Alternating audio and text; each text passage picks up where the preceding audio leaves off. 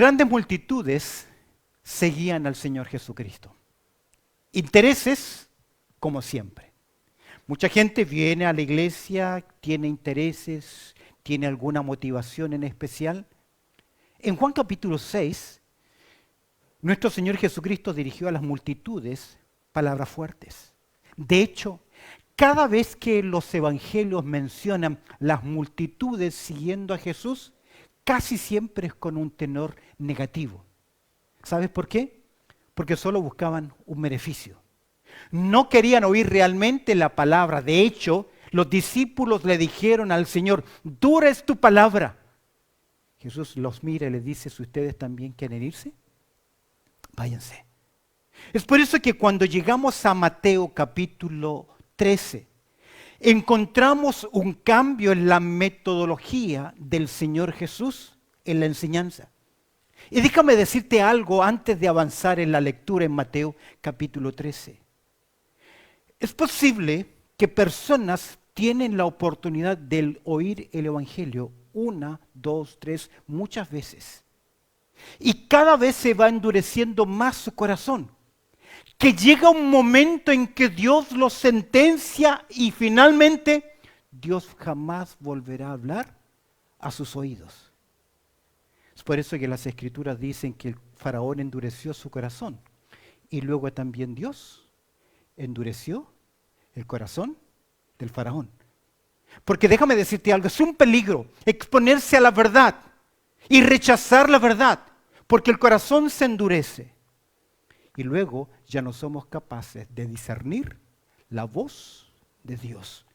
La pregunta es, ¿cuántos de nosotros estamos oyendo realmente la voz de Dios? Observa Mateo capítulo 13. En aquel día salió Jesús de la casa, verso 1, se sentó junto al mar. Y se le juntó mucha gente y entrando él en la barca se sentó y toda la gente estaba, ¿dónde? En la playa. ¿Qué capacidad de pulmones del Señor? Observa el verso 3. Y él les habló muchas cosas por parábolas. La palabra parábola significa algo paralelo, una verdad ilustrada. Una parábola tiene una verdad central. Vamos a ver cuál es la razón. Y les habló muchas cosas por parábolas, diciendo, y aquí el sembrador salió a sembrar. De hecho, el capítulo 13 se le llama el misterio del reino de los cielos. Y es un misterio porque la nación de Israel sabía algo acerca del reino. Pero el Señor Jesucristo en el capítulo 13 describe la actitud de los hombres durante el tiempo de la ausencia del rey. El rey vino y los suyos lo rechazaron. Ahora el Señor describe cuáles serán las características de los hombres durante este periodo de tiempo, donde debe ser predicada la palabra, donde usted y yo predicamos la palabra, pero Jesús anticipa algo de los auditores. Mientras, verso 4, sembraba, parte de ella cayó junto al camino y vinieron las aves y ¿qué hicieron? Y la comieron, primer cuadro. Segundo cuadro, parte cayó en pedregales, donde no había mucha tierra y brotó pronto porque no tenía profundidad de tierra. Segunda ilustración, o segundo corazón, o segundo campo. Tercero, pero salido el sol se quemó y porque no tenía raíz se secó. Verso 7, tercer corazón o campo. Parte cayó entre espinos y los espinos crecieron y ¿qué ocurrió? Y la ahogaron. Pero parte cayó en buena tierra y dio fruto, cual a 100, cual a 70, cual a 30 por 1. Me imagino que fariseos y los que estaban oyendo se asombraron, porque una buena cosecha es un 7%, pero mira acá el porcentaje. Luego el Señor concluye ¿cómo? Verso 9. ¿Cómo concluye? El que tiene oídos para oír, oiga, ¿por qué? Porque estas grandes multitudes, no todos tenían oído ¿para qué? Para oír la palabra de Dios. Entonces, mira el verso 10, acercándose los discípulos le dijeron, ¿por qué les hablas por parábolas? ¿Notas la extrañeza? ¿Te acuerdas que te decía que hay un cambio de pedagogía? Y es por juicio y bendición. Juicio para el que rechaza, bendición para el que cree. Observa lo que dice. Él, verso 11, respondiendo les dijo, porque a vosotros os es dado saber los misterios del reino de los cielos, cosas que no supieron los santos en la antigüedad. Lo están conociendo ahora los discípulos y usted y yo. Porque a vosotros es dado a conocer los misterios del reino de los cielos, mas a ellos, ¿qué dice? No les es dado. ¿Quiénes son ellos? Las multitudes. Los que oyen, pero no escuchan. Los que escuchan el sonido, pero no logran oír la voz de Dios. Recuerda que el hombre fue creado para seguir voces. La voz del mundo, la voz de tu corazón, la voz de Satanás, la voz de los intereses. Dios nos creó para seguir una voz como las ovejas. El problema es que no todos oyen la voz de Dios. Es por eso que Jesús dice, mis ovejas, ¿qué hacen? ¿Quiénes? Mis ovejas. Solo sus ovejas. Es por eso que la fe viene por Él. Oír y al oír que la palabra. Dice, porque a vosotros, a ellos no les es dado. Verso 12, porque a cualquiera que tiene se le dará y tendrá más, pero al que no tiene aún lo que tiene, le será ¿qué? Quitado. ¿Ves la sentencia? ¿Ves lo peligroso que es oír el Evangelio y rechazar el Evangelio? Por eso les habló por parábolas, porque viendo no vean y oyendo no oyen ni entienden. Verso 14, de esta manera se cumple en ellos la profecía de Isaías que dijo, de oídas oiréis y no entenderéis, y viendo veréis y no percibiréis, porque el corazón de este pueblo se ha engrosado y con los oídos oyen pesadamente. Han cerrado sus ojos para que no vean con los ojos y oigan con los oídos, y con el corazón entiendan y se conviertan, y yo los sane. No pueden ser sanos si no oyen. Verso 16, ¿qué dice? Bienaventurados vuestros ojos porque ven y vuestros oídos porque oyen. ¿Es usted bienaventurado? ¿Qué piensa? ¿Es usted bienaventurado? Verso 17, porque de cierto os digo que muchos profetas y justos desearon ver lo que veis y no lo vieron, y oír lo que oís y no lo oyeron. Tanto quisieron esperar al Mesías. Y el Mesías vino y fueron incapaces ¿en qué? En poder verlo. Mira el verso 18 cómo el Señor interpreta la primera parábola. Oíd pues vosotros la parábola del sembrador. Cuando alguno oye la palabra del reino y no la entiende, viene el malo y arrebata lo que fue sembrado en su corazón. Esto es el que fue sembrado ¿dónde? Junto al camino. Y el que fue sembrado en pedregales. Este es el que oye la palabra y al momento la recibe con gozo, pero si no tiene raíz en sí, ¿qué pasa? Sino que es de corta duración, pues al venir, ¿qué cosa viene? Mira, la aflicción o las persecuciones por causa de la palabra, luego ¿qué pasó con él? ¿Qué dice? Tropieza. El que fue sembrado entre espinos, este es el que oye la palabra, pero el afán de este siglo y el engaño de las riquezas ahogan la palabra y se hace, mira, infructuosa. Verso 23, si tú lo tienes todos juntos.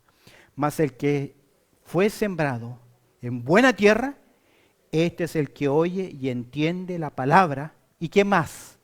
Y da fruto y produce 100, a 70 y a 30 por uno. Bendito Padre Celestial. Hemos abierto tu palabra y en esta hora, Señor, te pido tu gracia y tu bendición. Danos oídos atentos a escuchar el consejo de ella. Pues oramos a través del precioso nombre de Cristo Jesús. Amén y amén. Vamos a considerar los suelos que representan 4 corazones. 4 corazones, 4 terrenos, 4 disposiciones que usted y yo necesitamos saber frente a la palabra, mi corazón, frente a la palabra de Dios. Al mirar el contexto vemos que los versos 1 al 9 el Señor narra o relata una historia. Y los versos 18 al verso 23 el Señor da explicación. En nuestro estudio anterior decíamos que el que siembra la semilla, ¿quién es?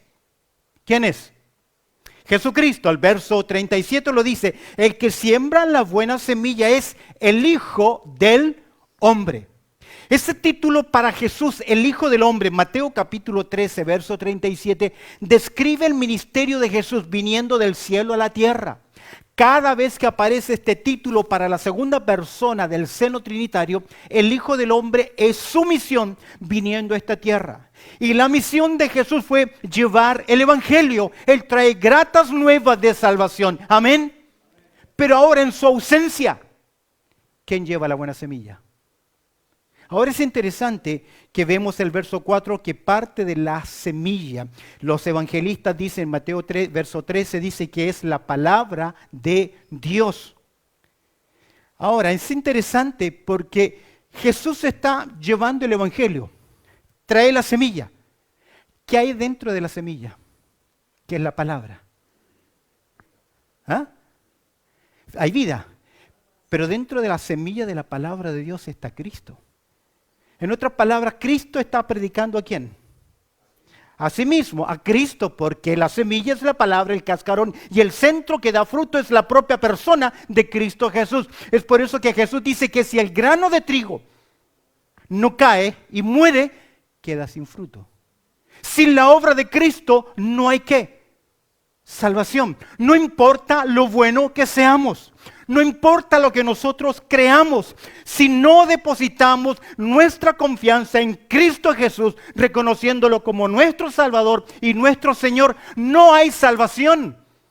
No hay salvación. Por eso la importancia de la semilla. Ahora, la semilla es la palabra de Dios y vemos acá el poder de la semilla cuando se predica la palabra.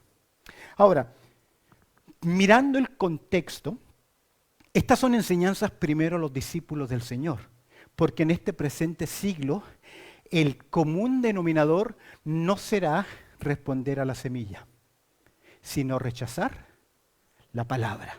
Y de hecho esta parábola te muestra que 3 terrenos, 3 corazones, ¿qué hacen? Rechazan la palabra y solo un 25% responde.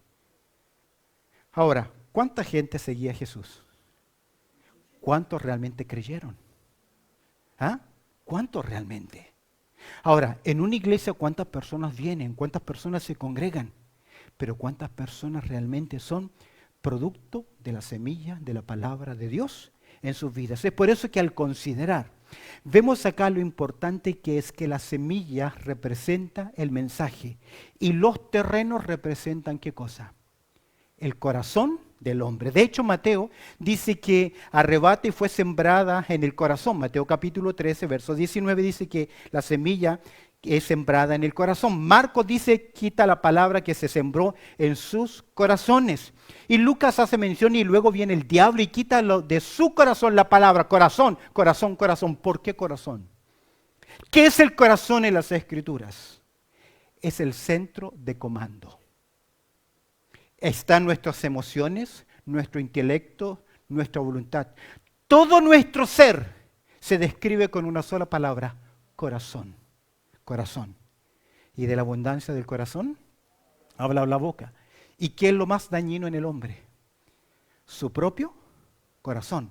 Engañoso y perverso más que cualquier otra cosa. Ahora, cada terreno veremos un cuadro, veremos una consecuencia y una característica. Rápidamente veamos, consideremos el primer suelo, el primer corazón. ¿Cuál es el primer corazón? Vemos ahí en verso 4 la semilla junto al camino.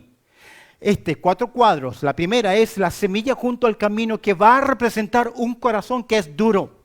El verso 4 dice, y mientras sembraba parte de la semilla cayó junto al camino. Ya les expliqué la semana pasada, el sistema era un hombre con la semilla en su hombro, en un saco, e iba tirando la semilla, arrojando la semilla. No era un trabajo de abrir la tierra, surcar la tierra, sino lanzarla y pisotearla. Ahora, parte de ella cayó, dice el texto, ¿dónde? En el camino. Ahora es interesante que en Jerusalén no había las divisiones que nosotros tenemos en los campos. ¿Recuerdas que antiguamente se dividían los campos con bloques de piedra? Hoy se utilizan alambrados. En aquel tiempo la forma de dividir los terrenos era caminos. Entonces, si yo quería acceder a mi camino, a mi campo, tenía que ir cruzando por los caminos. Los caminos dividían los terrenos. Y por el tránsito, por el caminar, usted sabe, ese camino cada vez que alguien pasaba, que un peatón pasaba, cada vez se endurecía más. Y es evidente que la semilla cayó ahí. Y van los peatones y la pisan. ¿Por qué la pisan? Porque no hay tierra fértil, no hay tierra blanda para que pueda crecer. Era frecuente en este caso este cuadro. Ahora, lo que pasa es que ¿qué ocurre con esa semilla que cae en un corazón, en un terreno duro? Queda a la vista. Por lo general, el instinto de los animales es, una vez que pasa el hombre, ¿qué hacen los pajaritos? Vienen y, a diferencia de las gaviotas acá, que si usted no se cuida bien, la gaviota en el fish market le quita su comida. ¿Cuánto? Yo vi cuando estaban ahí la comida y desde la propia mano vino esta ave y le llevó el paquete de papas fritas o el pedazo de... Normalmente estaban estos animalitos esperando. La que no se comían, alguien que pasaba, ¿qué hacía? La pisoteaba. La pisoteaba. Y vinieron las aves, dice el verso 4, y la comieron. Observa el verso 19, lo que dice. Ahora, ¿por qué se comieron las aves la semilla? Porque la semilla no pudo penetrar por la dureza del suelo. Y esto es interesante. Mira el verso 19. Cuando alguno oye la palabra del reino y no la, ¿qué? Entiende. Mente, corazón, percibir. Es por eso que la fe viene por oír, el oír. ¿Y el oír qué cosa? La palabra. Queridos, cuando presentamos el Evangelio tiene que ser específico. Tenemos que presentar por qué murió Cristo por el pecador. Y Él pagó el precio de mi pecado para darme salvación. No es hablar de la iglesia, hablar de las actividades, de lo bueno que usted es, etc. No, hay que presentar ¿qué cosa? El Evangelio. Pablo dice en Romanos 10, ¿cómo creerán sin haber quien les predique? ¿Y qué les tienen que predicar? A Cristo Jesús. Porque si confesares con tu boca que Jesús es el Señor. Mira, cuando alguno oye la palabra del reino y no la entiende, no la entiende. Puede que sea tu caso, estás sentado escuchando el Evangelio, escuchando la palabra de Dios, pero por la dureza de tu corazón no entra. No la entiende. ¿Quién viene? ¿Quién viene? El malo. ¿Y qué hace? Arrebata lo que fue sembrado en su corazón. Ahora, ¿por qué?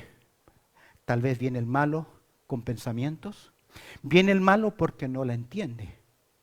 La gente rechazó a Jesús. En Marcos capítulo 6, verso 3 dice, no es este, la gente hablaba acerca de Jesús, ¿no es este el carpintero, hijo de María, hermano de Jacobo, de José y de Judas y Simón? ¿No están también aquí con nosotros sus hermanos? Y se escandalizaban de él. Rechazaron porque decían, ¿cómo es posible que nos enseñe palabra de Dios? Si algunos consideraban que Jesús era un hijo de fornicación. Pensamientos contrarios. Yo me recuerdo cuando estaba en Argentina tratando de evangelizar y romper el hielo, hacía encuestas.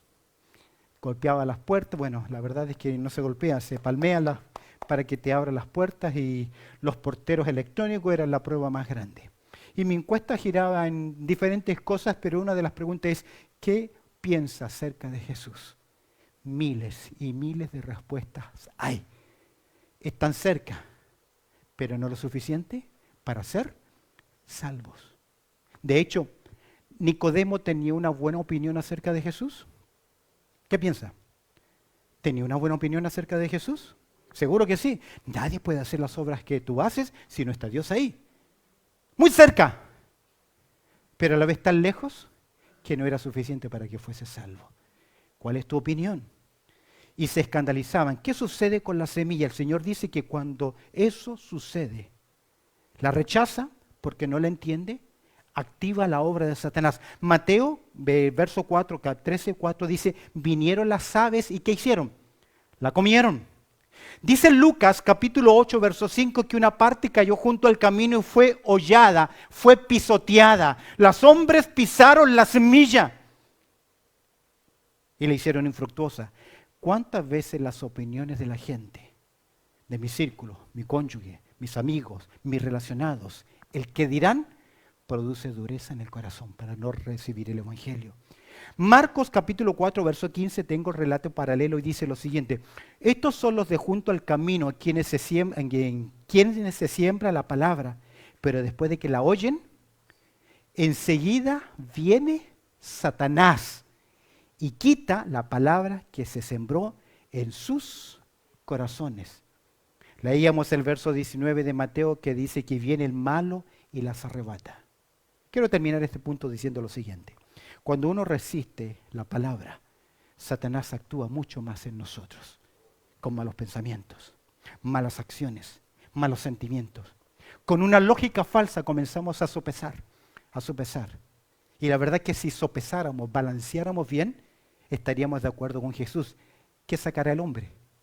Si ganare el mundo entero, pero perdiere ¿qué? Su alma. Porque tu felicidad es momentánea por ahora, pero la condenación es eterna. En el lago de fuego y azufre. Esa perpetuidad, un dolor continuo, de ahí jamás saldrás. Es por eso que el Evangelio es una gracia del Señor. Segunda a los Corintios capítulo 4, verso 4 dice lo siguiente, que el Dios de este siglo, ¿qué hizo? Cegó el entendimiento de quienes ya son incrédulos, no son salvos, ya son corazón duro, pero por la dureza de su corazón Satanás viene e impide aún más que reciban el Evangelio. Recuerdo hace años atrás, estaba en mi país predicando el Evangelio a una familia. Creo que Claudia se recordará. Era un matrimonio joven con una niñita, más o menos 3 años, algo así. Le fuimos a visitar y cuando estaban a punto de entender el Evangelio y responder positivamente al Evangelio, la hijita tragó un pedazo de manzana y comenzó a ahogarse. Y por la desesperación logró votar, pero hasta ahí llegamos. Nos tuvimos que ir por la situación caótica, justo en el momento en que queríamos llevarle a esa decisión por Cristo. Su familia, de trasfondo católico, le dijeron, eso les pasa por abrir la puerta ¿a quién? A los evangélicos, a los canutos. Nunca más volvieron a la iglesia. ¿Sabe por qué? Porque Satanás, ¿qué hace? Saca la palabra. Esta persona ha decidido endurecer su corazón. Ahora tiene el problema que Satanás envía a sus ministros para que la palabra tenga menos eficacia aún. Puede venir a la iglesia, puede sentarse, puede escuchar a un predicador, puede escuchar a un evangelista, pero ya está predispuesto ¿a qué? A cuestionar, rechazar. Y puede ser que sea esta la última vez que Dios te permite, a los que nos están viendo, oír el evangelio. En un aspecto práctico, Satanás les roba la palabra. Ahora, en una aplicación nuestra, ¿cuántas veces terminado el culto Satanás nos roba la palabra? Con conflicto, con problemas, con desánimo, una discusión, una mala reacción, alguien que no te saludó, alguien que reaccionó mal, y enseguida, ¿qué hizo Satanás? ¿Qué hizo? Te robó la semilla de la palabra. Segundo lugar, y rápidamente, veamos ahora. Consideremos otro cuadro más. Consideremos el siguiente cuadro que es la semilla junto al pedregal, que va representando un corazón ya no duro, sino un corazón que se desanima. Dice el verso 5 lo siguiente, parte cayó en pedregales, donde no había mucha tierra. Se dice que en Jerusalén, cuando hubo el repartimiento de piedras, cayó la mayor cantidad en ese lugar. Ahora, ninguna persona, ningún hombre va a tirar la semilla a las piedras. Es evidente que bajo la pequeña capa de tierra se encontraba toda una losa de piedras. Tal vez no estaban a la vista. Dicen algunos comentaristas que hay mucha piedra caliza, calcinada, que puede ser blanda o no, pero que impide el crecimiento. Dice que parte de ella cayó entre pedregales, donde no había ¿qué? Mucha tierra. Ahora, ¿y brotó qué? ¿Por qué brotó pronto? Porque como no crece hacia abajo, ¿hacia dónde crece? Hacia arriba. Y crece frondosa y de hecho la semilla que tiene poca raíz crece muy grande, muy verde, casi en mayor volumen que las demás. Pero como no tiene raíz, no tiene qué, firmeza. Brotó pronto, porque no tenía profundidad de tierra. Pero, ¿qué ocurre? Salió el sol y como no tenía profundidad, no pudo resistir. El sol, ¿y qué ocurrió? Se quemó porque no tenía raíz. Cuando una semilla cae en este lugar, la semilla germina, pues las raíces no tienen profundidad alguna, no penetra en la tierra. Por lo general desarrolla mucho follaje, pero no hay profundidad. Son, y describe el carácter, son aquellas personas que escuchan el Evangelio, escuchan la palabra de Dios y se emocionan, se quebrantan, levantan su mano, dicen, sí, yo respondo, yo creo, yo recibo a Cristo, pero ¿qué? Salido el sol, ¿qué produce? Calor, y esta semilla se quema. Se quemó porque no tenía raíz y se secó. Si tú miras el verso 21, dice, pues al venir, verso 21, al venir la aflicción y la persecución. Ahí los amigos, los familiares que te convertiste en evangélico, en pandereta dicen los argentinos, no en evangélico, no dicen evangelista. Pandereta le llaman en Centroamérica. Canuto le llaman en Sudamérica, en Chile. Y la presión de la familia dice que ya ahora te volviste canuto, te volviste religioso, y esa presión iba tan bien que parecía, wow, qué increíble conversión. Pero viene luego la persecución, la aflicción, y por causa de la palabra, y luego ¿qué ocurre? Tropiezan. Esa palabra tropiezan se traduce en otros lugares por caer. ¿Cuántas veces hemos visto aparentes convicciones? No voy a dar el nombre de esta persona, pero es de mi país. Fue una mujer muy popular en el mundo de las revistas, en el mundo del espectáculo, y cuando se convierte hubo un gran show de su conversión. Recorrió todo el Chile, de norte a sur, contando su testimonio, bla, bla, bla. Pero cuando vino la aflicción, hasta ahí le llegó la fe. Se apartó hasta el día de hoy. ¿Qué pasó? ¿Hubo conversión?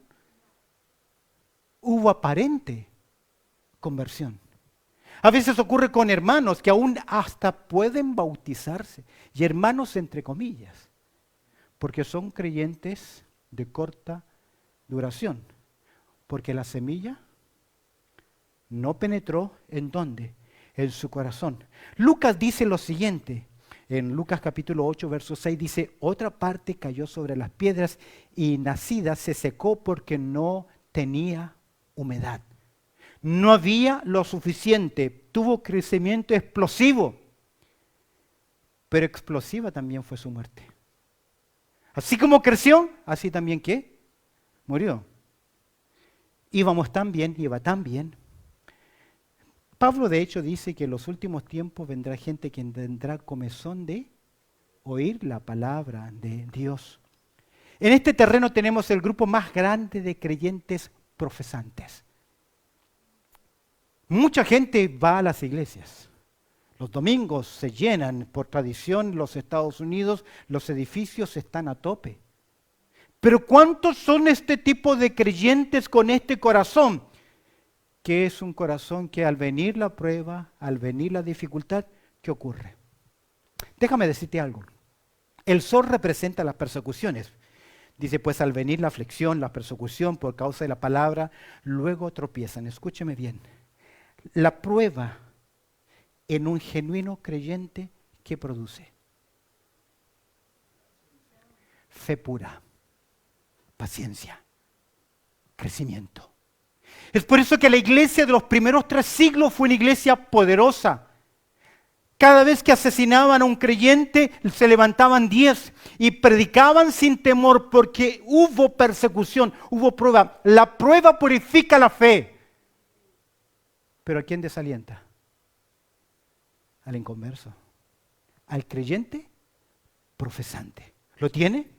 Es por eso que Santiago dice, tened por sumo gozo cuando os halléis en diversas, porque la prueba en el creyente le hace más firme. Pero ¿quién se debilita? ¿Quién vuelve atrás?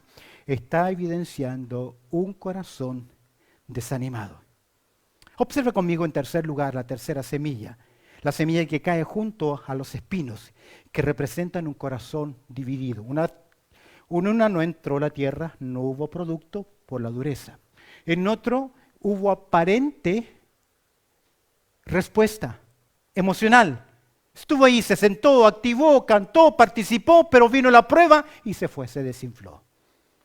Pero aquí encontramos otra, semilla junto a los espinos. Y el verso 7 dice, y parte cayó entre espinos. Este es un lugar productivo. Déjame decirte algo, la tierra, ¿qué tenemos que hacer para que crezca maleza? Nada. La tierra tiene el suficiente nutrición para dar de comer a la semilla mala, y a la maleza, a la hierba mala, y crece. Usted se descuida un poco y hay que arrancarla, pero cuando usted siembra una buena semilla, la tierra no tiene los suficientes nutrientes para esa nueva semilla, porque usted le está insertando algo que no es parte de la semilla, que no es parte de la tierra. Es por eso que una semilla usted tiene que fertilizar el lugar, lo tiene que cuidar, lo tiene que regar, tiene que cuidar lo que sembró. Pero la hierba mala, si no, pregúntele al hermano Jorge cortando el pasto. Crece y crece y crece. Y si hay lluvia, crece más. No necesita. Pero ¿sabe qué? No tiene los suficientes nutrientes para que la buena semilla crezca. ¿El problema está en la semilla? ¿Dónde es el problema? En el corazón. Dice, y los espinos crecieron, y al crecer los espinos, el cardo, la maleza, ¿qué hicieron con la buena semilla? La ahogaron, se ahogó. No puede crecer porque el corazón está dividido. Hay mucha maleza, hay muchas cosas. ¿Te has fijado? A veces sembramos algo y tenemos que estar arrancando porque lo que sembramos casi no se nota porque crece el yuyo, crece el pasto, el zacate o como le quiera llamar. Es interesante que Lucas, que el evangelista dice, describe las malezas de la siguiente. Lo tienes ahí, Lucas, en Mateo capítulo 3, el verso 22. El afán de este siglo. Mira qué interesante. Y aquí es producto de la carne.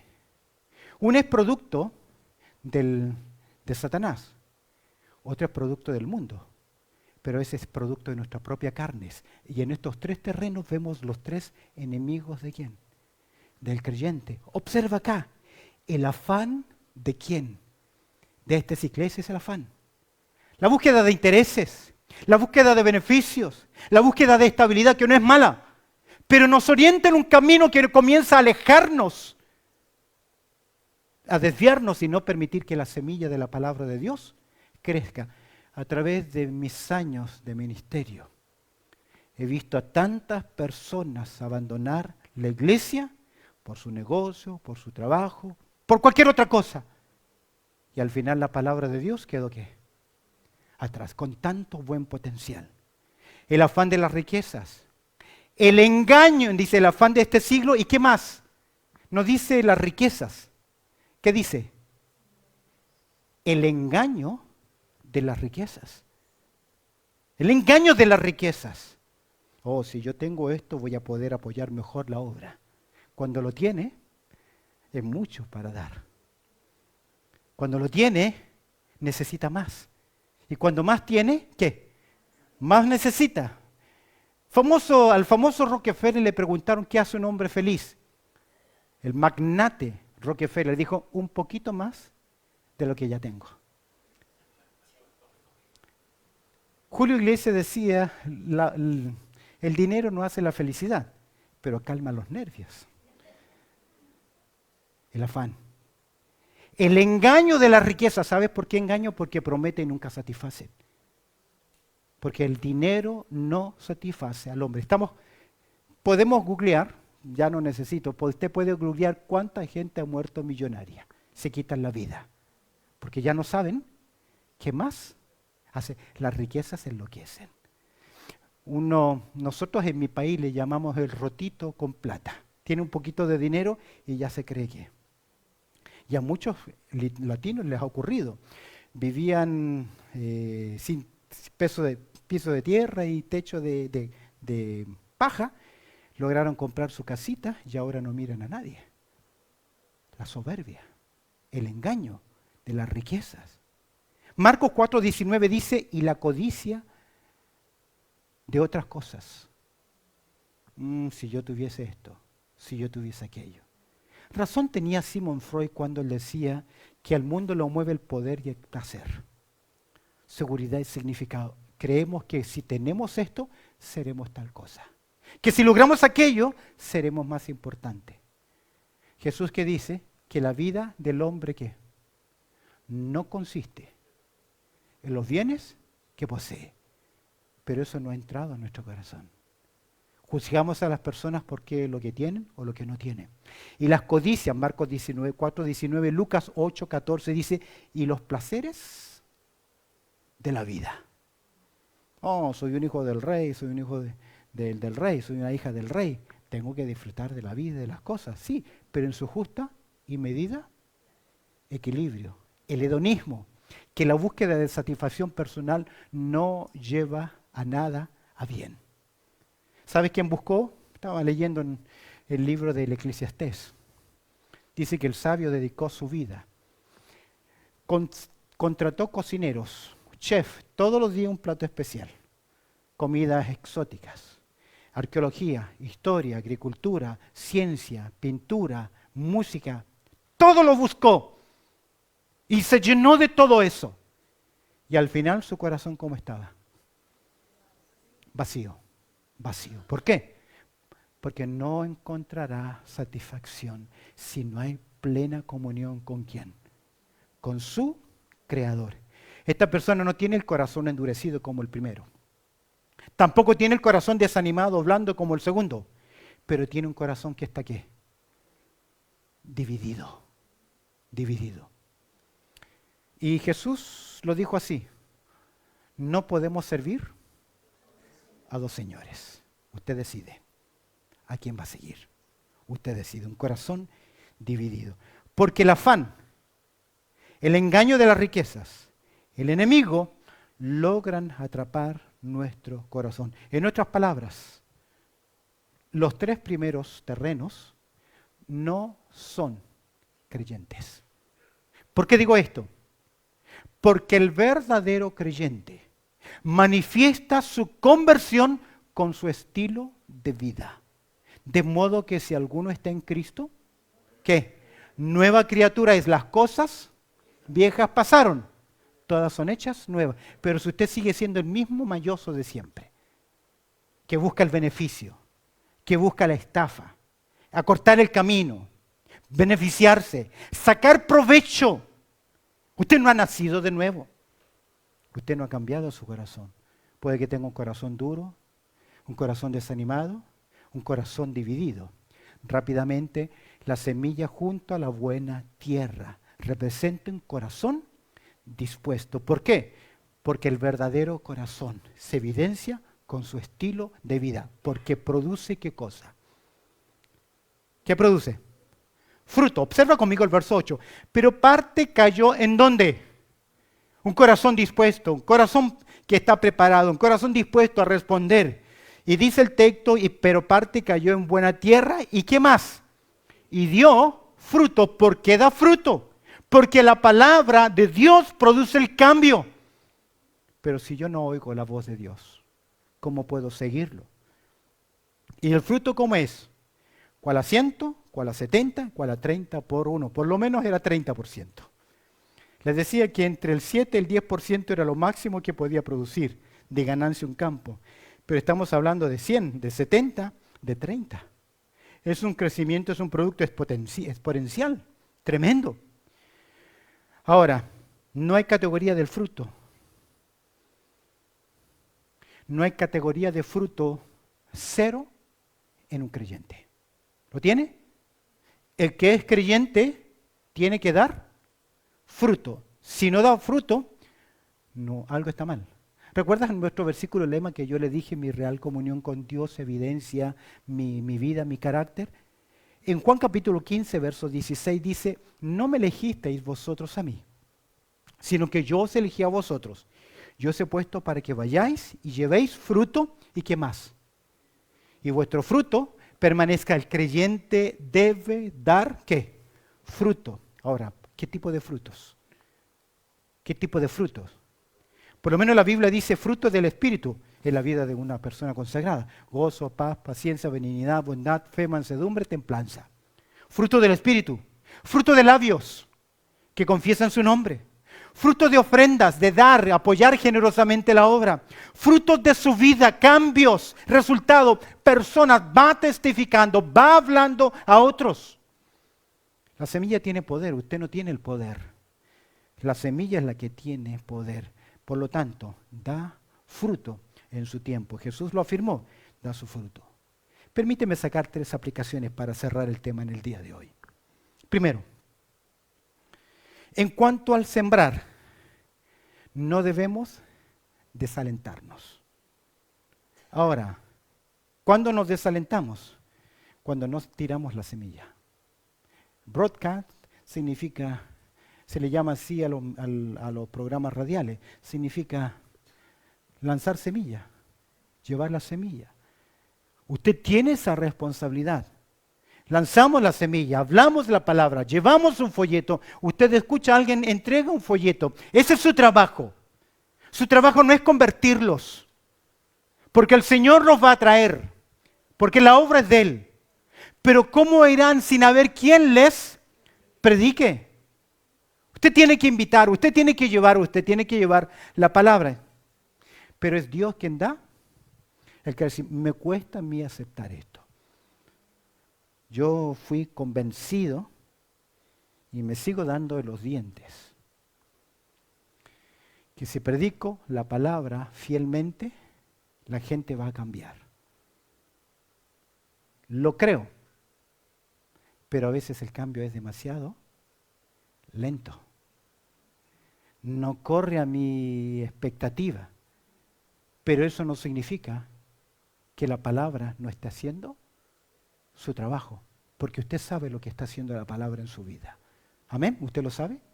¿Está haciendo trabajo la palabra en su vida? ¿Te está cambiando? Por eso, en cuanto al sembrar, no debemos ¿qué? Y esto es para mí, me lo digo, ese punto es para mí. No desanimarnos. La forma más práctica que tengo de mostrarles mi amor a ustedes es enseñarles qué cosa. Fielmente la palabra. Podría entretenerlos con historias, con anécdotas, y tal vez saldríamos todos más contentos. Pero mi llamado, ¿cuál es? Predicar la palabra. Segundo, en cuanto a la semilla, no debemos ponernos a la defensiva. No defienda la semilla, la palabra de Dios se defiende a sí misma. ¿Sabes qué me llamó la atención mientras hacía la comparación de los versículos? Que Marcos 4:28 dice, porque de suyo lleva fruto en la tierra. De suyo lleva fruto. Y esa palabra, de suyo, la estuve mirando, significa autómata. Es decir, que cuando la semilla llega en buena tierra, eso es ¿qué? Automático. ¿Quién da el crecimiento? Es Dios. Es el poder de Dios, por cuanto debemos sencillamente predicarla. Pero por último, y con esto cierro, en cuanto a los suelos, no debemos engañarnos. No debemos engañarnos. Ha llegado el convencimiento en tu vida espiritual. Presta atención acá. Ha llegado el convencimiento espiritual en tu vida que realmente eres un hijo, una hija de Dios. Cuidado, que puede ser emocional, conmovido y convencidos. Porque hay gente que está convencida. Satanás le dice a Jesús, tú eres el Hijo de Dios. Lo sabe. Nicodemo sabe mucho acerca de Jesús. Y tú puedes saber mucho acerca de Jesús. Y es peligroso. Porque está muy cerca de la verdad. Pero a la vez estás ¿qué? Muy lejos.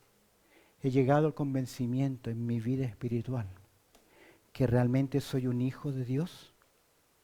Y la única forma, escúcheme bien, la única forma de saber nosotros que tú eres un hijo, una hija de Dios, es que perseveras en el tiempo, en el Evangelio. No hay más. No hay más. Pero persevera con luchas, con dificultades, aún con malas decisiones en el pasado, porque dice Proverbios 7 veces cae el justo, mas vuelve a levantarse. Nos equivocamos. A veces se nos pelan nuestras rodillas de nuestras caídas. Nuestras manos se dañan. Pero en el fondo nos paramos y ¿qué? Seguimos adelante porque no somos nosotros. Es el Espíritu de Dios. ¿Cuántas veces lucho conmigo mismo, con mi carne, y usted también, y maldice su carne, su debilidad, sus pecados, sus caídas, sus luchas, las odia? Eso es lo que Pablo dice, miserable de mí. Y caemos, y a veces decimos, pero si llevo tantos años, es porque estamos en lucha. Pero si usted se levanta con dolor en su corazón, con pesar en su alma y clama a Dios por perdón, seguro que usted está ¿qué? Luchando, porque es un hijo de Dios. Pero ha llegado el convencimiento, por eso es que Pablo dice, examinaos a vosotros mismos si estáis en la fe, porque puede estar muy cerca.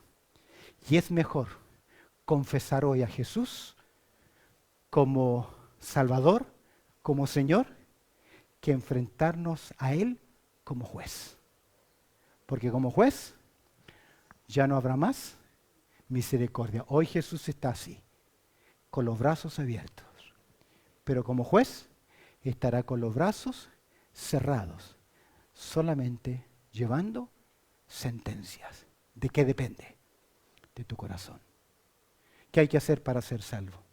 Reconocer que soy un pecador. Reconocer que mi pecado me separa de Dios. Que no hay nada que yo pueda hacer para ganar el favor divino. Entender que Cristo hizo algo por mí. Y depositar mi fe en Cristo Jesús. Recibiéndolo como mi Salvador, como a mí, Señor. Pero esa es tu decisión. Quiero que inclines tu rostro y cierres tus ojos, por favor, y te preguntes a ti mismo, ¿soy salvo? ¿Soy salvo? Si no lo eres, ¿por qué no hoy tomas esa decisión? Recuerdas que hay personas que Dios le da una última oportunidad para salvación. Y tal vez hoy estás acá por esa razón, o quienes nos están oyendo tal vez por esa razón. Usted decida hoy. Lo único que tiene que hacer es decirle a Jesús que le perdone, que se arrepiente de sus pecados, de vivir tan lejos de Él. Y en un compromiso decide recibir a Cristo como su Salvador personal.